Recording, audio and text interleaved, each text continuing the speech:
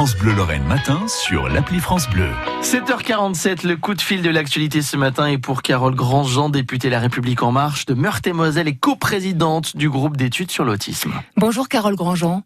Bonjour. Vous avez organisé la semaine dernière à l'Assemblée nationale la projection en avant-première du film Hors Normes qui sort aujourd'hui en salle. Film autour d'enfants et d'adultes autistes. En quelques mots, qu'est-ce qui vous plaît dans ce film, Carole Grandjean ?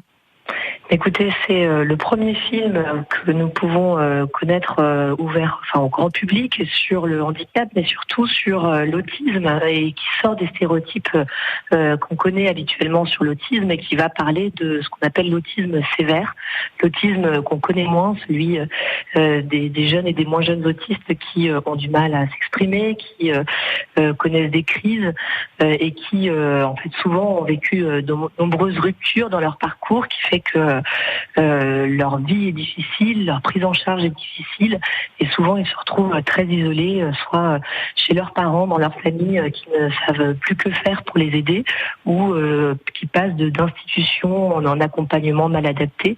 Et donc j'ai trouvé ce film tout à fait touchant et tout à fait juste dans le regard qu'il pose sur ce qu'est l'autisme dit sévère et les difficultés que rencontrent ces autistes et leurs familles. Ce film Hors Normes a été réalisé par les auteurs d'Intouchables, Éric Toledano et Olivier Nakache. Vous lui souhaitez le même succès pour une prise de conscience, finalement un changement de regard sur l'autisme ? Je le souhaite très sincèrement parce qu'effectivement, Intouchable avait été un grand succès et d'ailleurs un film très agréable à regarder avec une justesse et un humour qui avait effectivement, je crois, touché beaucoup de Français. On peut espérer qu'Hors Normes ait le même sort dans la mesure où il a ces mêmes ingrédients de cette justesse, de cet humanisme, mais aussi de cet humour et de l'hommage qu'il rend à toutes ces associations, aux éducateurs, aux équipes qui travaillent au quotidien pour accompagner les jeunes autistes, mais aussi aux familles qui sont souvent désemparées. Et je trouve que c'est vraiment un film qui mérite d'avoir un vrai succès et d'être vu par de nombreux Français. Des parents, des familles ont assisté à l'avant-première que vous avez organisée.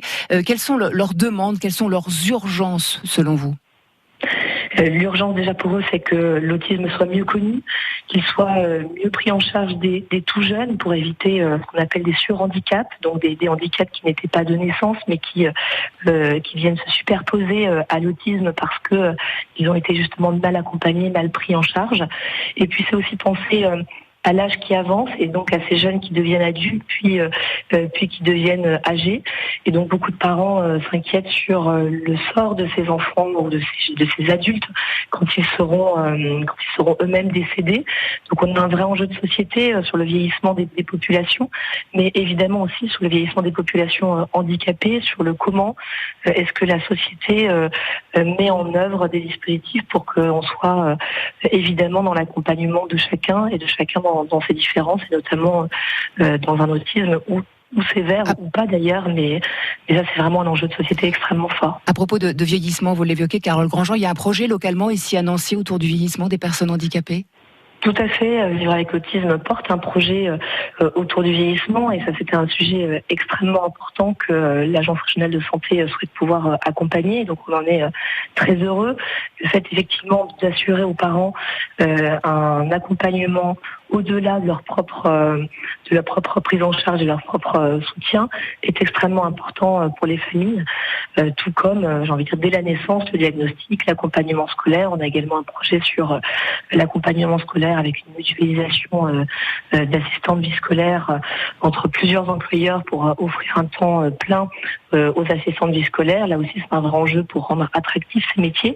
Donc, on a différents projets sur le territoire local pour effectivement ensuite peut-être l'étendre au niveau national. Et évidemment, Claire Compagnon, déléguée interministérielle, et Sophie Cluzel, ministre, suivent ces expérimentations avec beaucoup d'attention. Merci Carole Grandjean.